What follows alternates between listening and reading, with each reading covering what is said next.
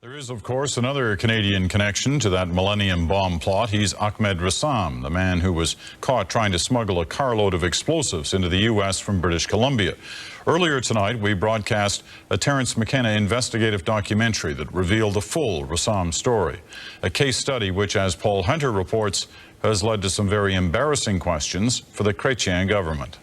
It's perhaps Canada's most infamous passport, Ahmed Ressam's, handed out on false information and a borrowed name, used in a botched attack on the United States on the Canada's most infamous passport, Ahmed Ressam's, handed out on false information and a borrowed name, used in a botched attack on the United States on the eve of the Millennium. CBC News special report. Tonight, a CBC investigative documentary for the first time told the whole story behind Ressam and its disturbing implications for Canada. Ressam came to this country as an accused Algerian terrorist in 1994. Once on the ground, he denied the accusations, claimed refugee status, and was allowed in. The documentary used actors reciting testimony by Ressam from later court appearances. They kept me at their center there, and then they let me go. On November 30th, 1999, Jordanian intelligence intercepted a telephone call between Abu Zubaydah, a longtime ally of bin Laden, and Qadir Abu Hoshar, a Palestinian extremist. Zubaydah said, "The time for training is over." Suspecting that this was a signal for Abu Hoshar to commence a terrorist operation, Jordanian police arrested Abu Hoshar and 15 others and informed Washington. One of the 16, Riyad Hijazi, had been born in California to Palestinian parents. After spending his childhood in the Middle East, he had returned to Northern California, taken refuge in extremist Islamist beliefs, and then made his way to Abu Zubaydah's Khalden training camp in Afghanistan, where he learned the fundamentals of guerrilla warfare. He and his younger brother had been recruited by Abu Hoshar into a loosely knit plot to attack Jewish and American targets in Jordan. After late 1996, when Abu Hoshar was arrested and jailed, Hijazi moved back to the United States, worked as a cab driver in Boston, and sent money back to his fellow plotters. After Abu Hoshar's release, Hijazi shuttled between Boston and Jordan, gathering money and supplies. With Abu Hoshar, he recruited in Turkey and Syria, as well as Jordan. With Abu Zubaydah's assistance, Abu Hoshar sent these recruits to Afghanistan for training. In late 1998, Hijazi and Abu Hoshar had settled on a plan. They would first attack 4 targets: the SAS Radisson Hotel in downtown Amman, Jordan, the border crossings from Jordan into Israel, and 2 Christian holy sites at a time when all these locations were likely to be thronged with American and other tourists. Next, they would target a local airport and other religious and cultural sites. Hijazi and Abu Hoshar cased the intended targets and sent back reports to Abu Zubaydah, who approved their plan. Finally, back in Amman from Boston, Hijazi gradually accumulated bomb-making materials, including sulfuric acid and 5,200 pounds of nitric acid, which were then stored in an enormous sub-basement dug by the plotters over a period of 2 months underneath a rented house. In early 1999, Hijazi and Abu Hoshar contacted Khalil Deek, an American citizen and an associate of Abu Zubaydah, who lived in Peshawar, Pakistan, and who, with Afghan-based extremists, had created an electronic version of a terrorist manual called the Encyclopedia of Jihad. They obtained a CD-ROM of this encyclopedia from Deek. In June, with help from Deek, Abu Hoshar arranged with Abu Zubaydah for Hijazi and 3 others to go to Afghanistan for added training in handling explosives. In late November 1999, Hijazi reportedly swore Before Abu Zubaydah, the bayat, loyalty to Osama bin Laden, committing himself to anything bin Laden ordered. He then departed for Jordan and was at a wayward point in Syria when Abu Zubaydah sent Abu Hoshar the message that prompted Jordanian authorities to roll up the whole cell. After the arrest of Abu Hoshar and 15 others, the Jordanians tracked Deek to Peshawar, persuaded Pakistan to extradite him, and added him to their catch. Searches in Amman found the rented house and, among other things, 71 drums of acids, several forged Saudi passports, detonators, and Khalil Deek's encyclopedia. 6 of the accomplices were sentenced to death. In custody, Hijazi's younger brother said that the group's motto had been, quote, "The season is coming and bodies will pile up in sacks," end quote. On December 4th, 1999, as news came in about the discoveries in Jordan, National Security Council counterterrorism coordinator Richard Clarke wrote Sandy Berger, "If George Tenet's story about a planned series of bin Laden attacks at the Millennium is true, we will need to make some decisions now." He told us he held several conversations with President Clinton during the crisis. He suggested threatening reprisals against the Taliban in Afghanistan in the event of any attacks on U.S. interests anywhere by bin Laden. He further proposed to Sandy Berger that a strike he made during the last week of '99 against al-Qaeda camps in Afghanistan, a proposal not adopted.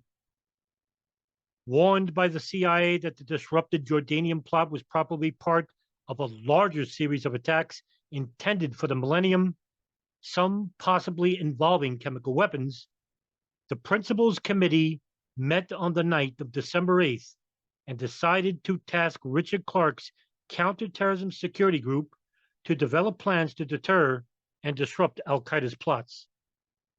Michael Sheehan, the State Department member of the counterterrorism security group, communicated warnings to the Taliban that they would be held responsible for future al-Qaeda attacks. Mike was not diplomatic, Clarke reported to Berger. With virtually no evidence of a Taliban response, a new approach was made to Pakistan. General Anthony Zinni, the commander of Central Command, also known as CENTCOM, was designated as the president's special envoy and sent to ask General Musharraf to take whatever action you deem necessary to resolve the bin Laden problem at the earliest possible time. But Zinni came back empty-handed. As Ambassador William Milan reported from Islamabad, Musharraf was willing to take the political heat at home. The CIA worked hard with foreign security services to detain or at least keep an eye on suspected bin Laden associates. George Tenet, the director of the CIA, spoke to 20 of its foreign counterparts.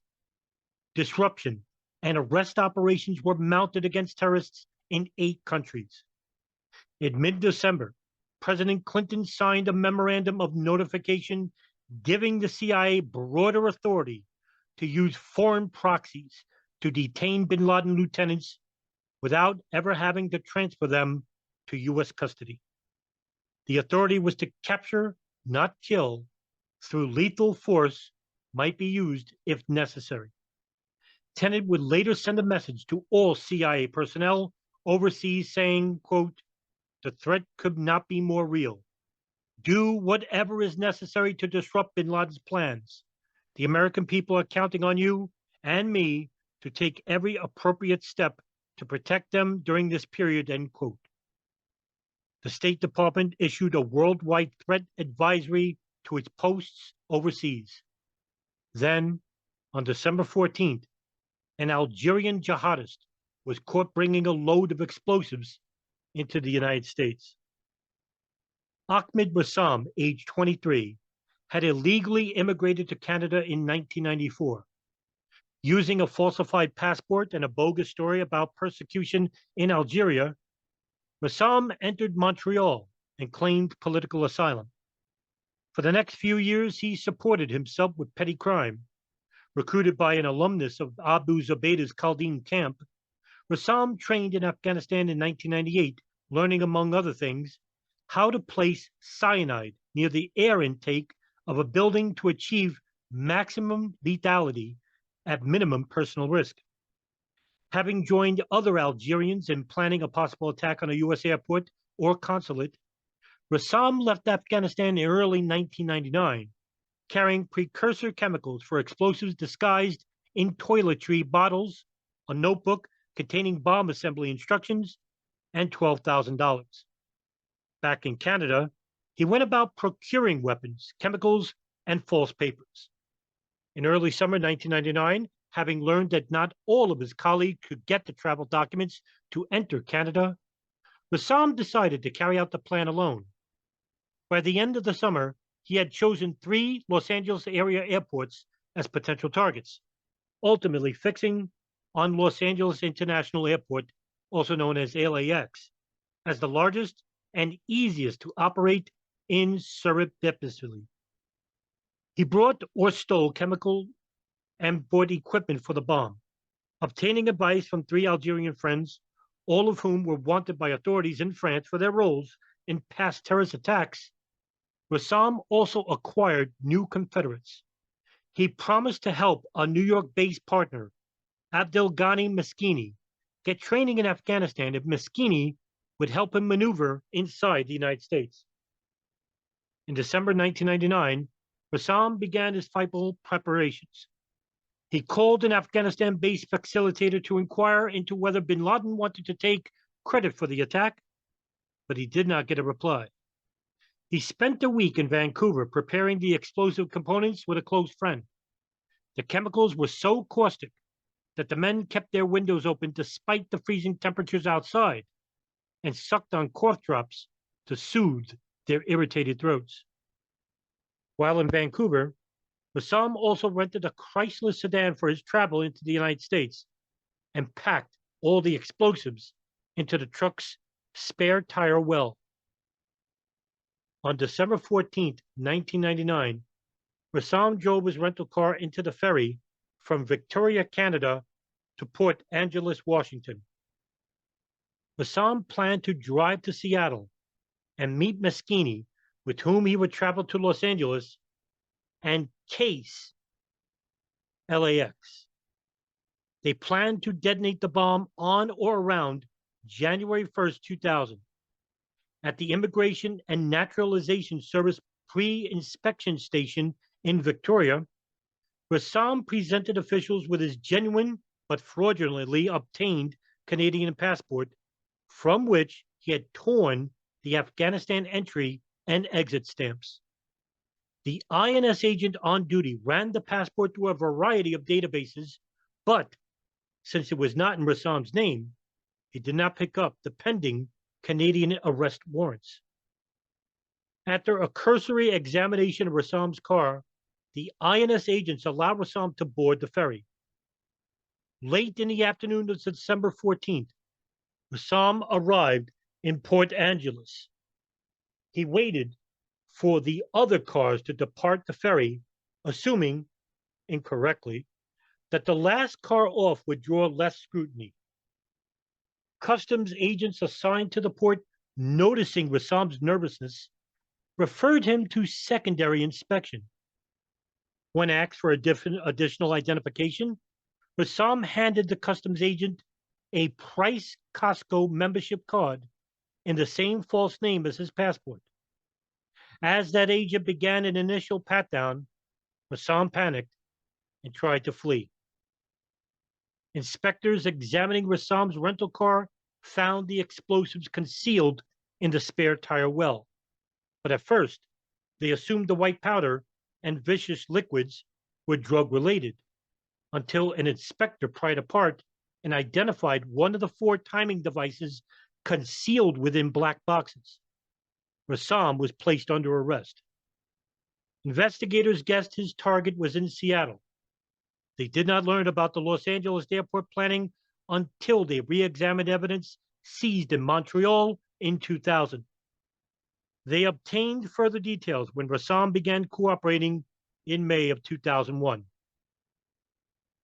After the disruption of the plot in Amman it had not escaped notice in Washington that Hijazi had lived in California and had driven a cab in Boston, and that Khalil Deek was a naturalized U.S. citizen who, as Sandy Berger reminded President Clinton, had been in touch with extremists in the United States as well as abroad. Before Ressam's arrest, Berger saw no need to raise a public alarm at home, although the FBI put all field offices on alert. Now, following Ressam's arrest, the FBI asked for an unprecedented number of special wiretaps. Both Sandy Berger and George Tenet told the commission that their impression was that more Foreign Intelligence Surveillance Act, FISA, wiretap requests were proceeded during the Millennium Alert than ever before. The next day, writing about Ressam's arrests and links to a cell in Montreal, Berger informed the president that the FBI would advise police in the United States to step up activities, but would still try to avoid undue public alarm by stressing that the government had no specific information about planned attacks. At a December 22nd meeting of the small groups of principals, FBI Director Louis Freeh briefed officials for the National Security Council staff, CIA, and Department of Justice on wiretaps and investigations inside the United States, including a Brooklyn entity tied to the Ressam arrest, a seemingly unreliable foreign report of possible attacks on 7 U.S. cities, 2 Algerians detained on the Canadian border, and searches in Montreal related to a jihadist cell.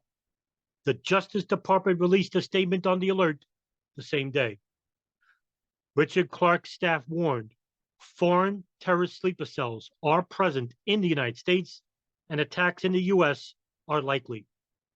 Clarke asked Sandy Berger to try to make sure that the domestic agencies remained on high alert.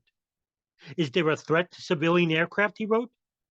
Clarke also asked the principals in late December to discuss a Foreign Security Service report about a bin Laden plan to put bomb on transatlantic flights. The Continuity Security Group met daily. Berger said that the principals met constantly.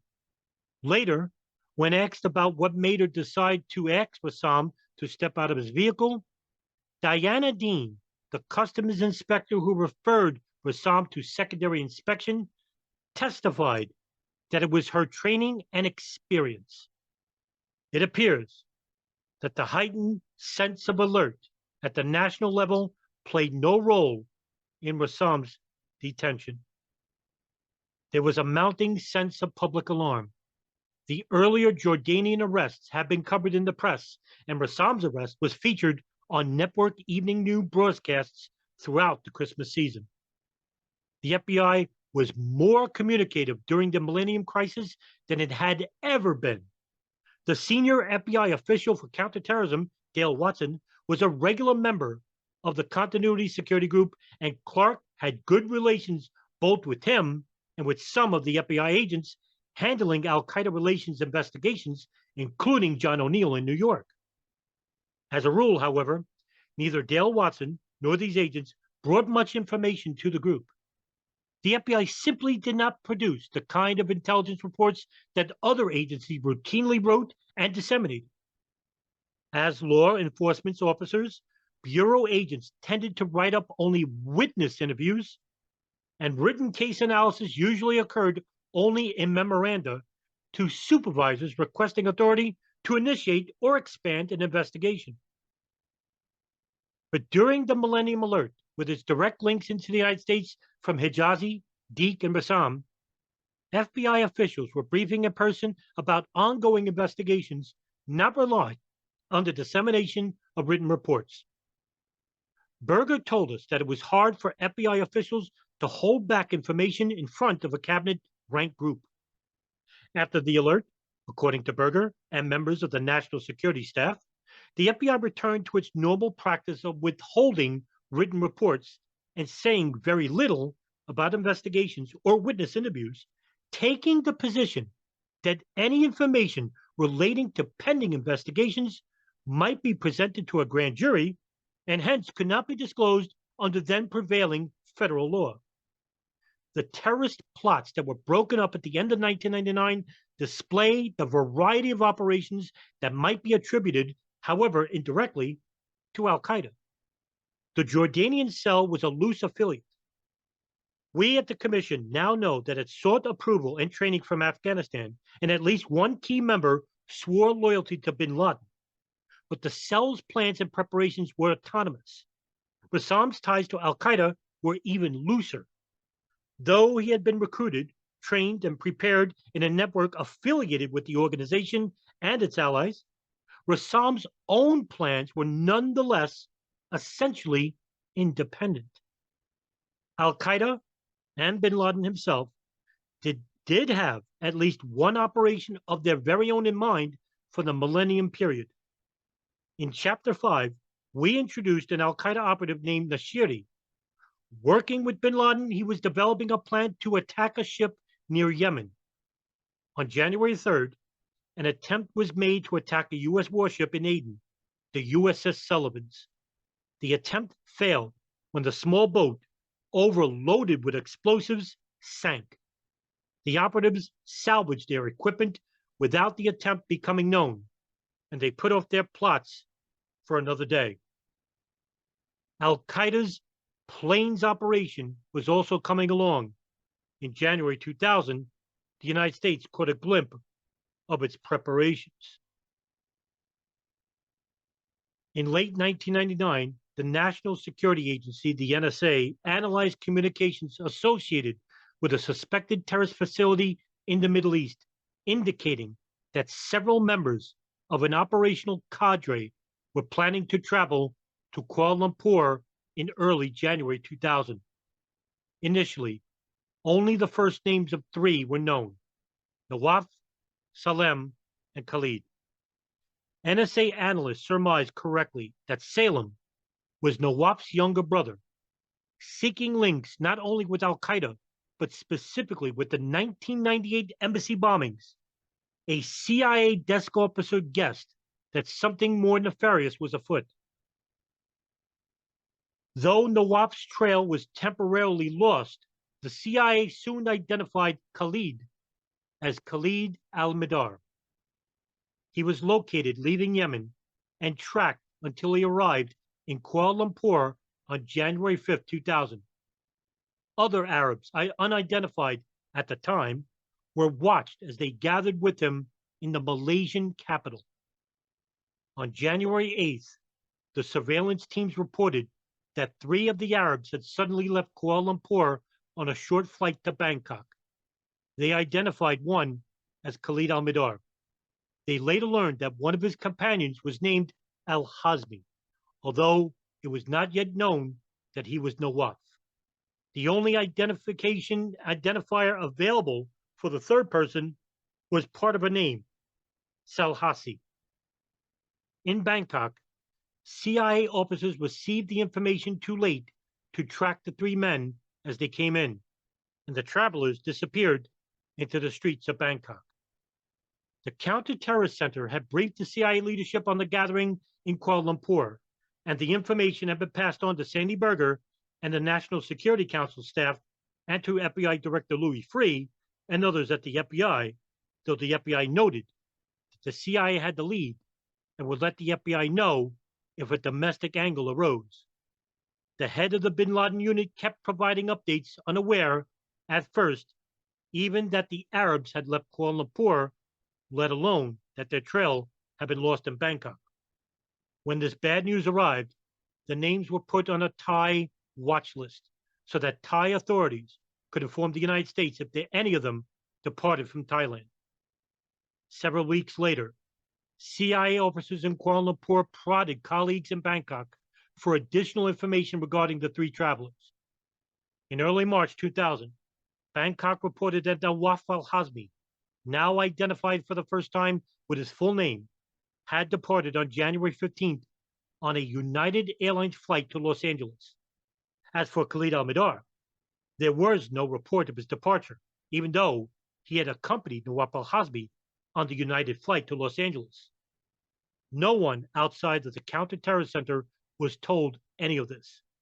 The CIA did not try to register Khalid al-Mihdhar or Nawaf al-Hazmi with the State Department's tip-off watch list, either in January, when word arrived of Khalid al-Mihdhar's visa, or in March, when word came that Nawaf al-Hazmi, too, had a U.S. visa and a ticket to Los Angeles. None of this information about Khalid al-Mihdhar's U.S. visa or Nawaf al-Hazmi's travel to the United States went to the FBI, and nothing more was done to track any of the three until January 2001, when the investigation of another bombing, that of the USS Cole, reignited interest in Khalid. We will return to that story in Chapter 8.